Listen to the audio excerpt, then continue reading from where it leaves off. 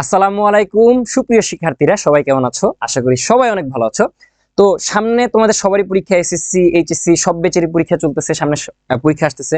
তো এখন এই পরীক্ষার সামনে সবাই কিন্তু কি টেস্ট পেপার কিনছো অবশ্যই, বা কেনার চিন্তায় আছো, অবশ্যই কিন্তু তোমরা টেস্ট পেপার গুলো কিনে নাও। এখন টেস্ট পেপার কেনার পর যারা কিনছো বা সামনে কিনবা, তোমরা যে কাজটা করো, যে দেখা যায় কি টেস্ট পেপার হচ্ছে বইয়ের চেয়েও বড়। তুমি বই শেষ করতে পারো নাই, তোমার কি মনে হয় তুমি টেস্ট পেপার শেষ করতে পারবা? অবশ্যই না, এটা সম্ভব না। তো তোমার কি করতে হবে, একটা স্পেসিফিক নিয়মে টেস্ট পেপারটা সলভ করতে হবে। তুমি যদি আগাগোড়া শেষ করতে যাও, শেষে দেখবে কি তোমার প্রথম অধ্যায়টাই শেষ হয়েছে বা দুই তিনটা অধ্যায় শেষ হয়েছে, সবগুলা শেষ হয় নাই।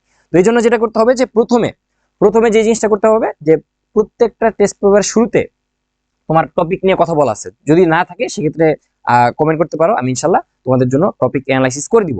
বা তুমি যদি করতে পারো সবচেয়ে বেশি ভালো হয়, আর যদি না পারো অবশ্যই কি কমেন্টে বলবা যে ভাই আমার হচ্ছে অমুক সাবজেক্টের টপিক অ্যানালাইসিস লাগবে, আমি ট্রাই করব তোমাকে সেগুলো প্রোভাইড করার। তো তোমার প্রথম কাজ কি? প্রথম কাজটা হচ্ছে কি টপিক অ্যানালাইসিস করা, যে কোন কোন টপিক থেকে সবকিছু পড়বো, কিন্তু কোন কোন টপিক থেকে বেশি প্রশ্ন আসতেছে। হ্যাঁ, দেখবা কি যে 80-20 একটা রুল আছে, 80-20 কি একটা রুল আছে, যে দেখবা যে 80% কোশ্চেন 20% পড়া পড়লেই হয়ে যায়। তোমার বইয়ে যদি 100 পৃষ্ঠা থাকে, এর মধ্যে 20 পৃষ্ঠা পড়লেই কি তুমি 80 মার্কস তুমি তুলতে পারবা। তো ওই 20 পৃষ্ঠা কোন জায়গা বা ওই 20টা টপিক কোনটা, সেটা তোমার বুঝতে হবে। আগে তোমার কি পাস করতে হবে ভাই, আগে তোমার A+ তুলতে হবে। পরে তুমি 90 পাবা না 95 পাবা, না 98 পাবা, সেটা পরের বিষয়। আগে তোমার কি প্লাসটা উঠাইতে হবে, প্লাস উঠানোর পরে পরে কি তুমি বাকিগুলো করো।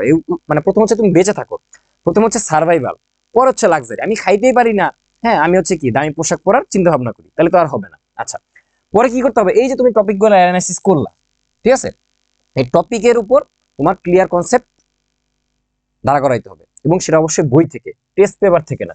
কোন ক্লাস থেকে যদি করো সেক্ষেত্রে তুমি নোট করতে পারো, বা ক্লাস যখন করবা বই নিয়ে অবশ্যই ক্লাস করবা, সেখান থেকে দাগায় রাখলা। আচ্ছা, এই ম্যাথগুলা আমার খুবই ইম্পর্টেন্ট, এগুলার বেসিক আমি ক্লিয়ার করছি, আমি নিজে খাতায় লিখছি, হ্যাঁ, বা আমি হচ্ছে ক্লাসগুলো করছি, বই একটু দাগায় নিলাম। দেখা যাচ্ছে তুমি বায়োলজি পড়তেছো, তখন কি বায়োলজি যে সাবজেক্টটা পড়াইতেছে বা যে কোনো একটা সাবজেক্ট পড়াইতেছে, তো বই থেকে কি অবশ্যই কি তুমি বই থেকে দাগাই নিবা।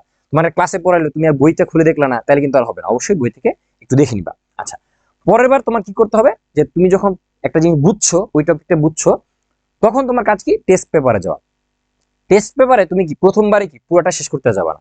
টেস্ট পেপার যদি তুমি প্রথমে কি পুরোটা শেষ করতে যাও, তুমি শেষ করতে পারবে না।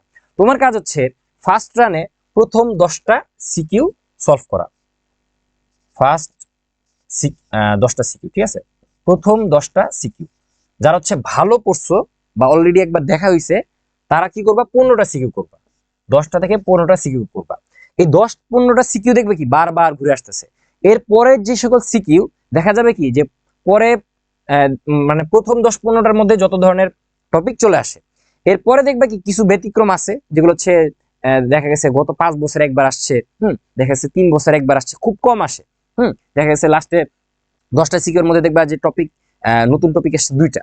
তো ওটা হচ্ছে তুমি বাদ রাখো, যেই প্রথম 10টা টপিক, 10টা সিকিউ বা 15টা সিকিউ পড়বা, পরে দেখবে কি বাকিগুলো তোমার রিপিট হচ্ছে। তোমার কাজ হচ্ছে এই 10টা সিকিউ পড়া।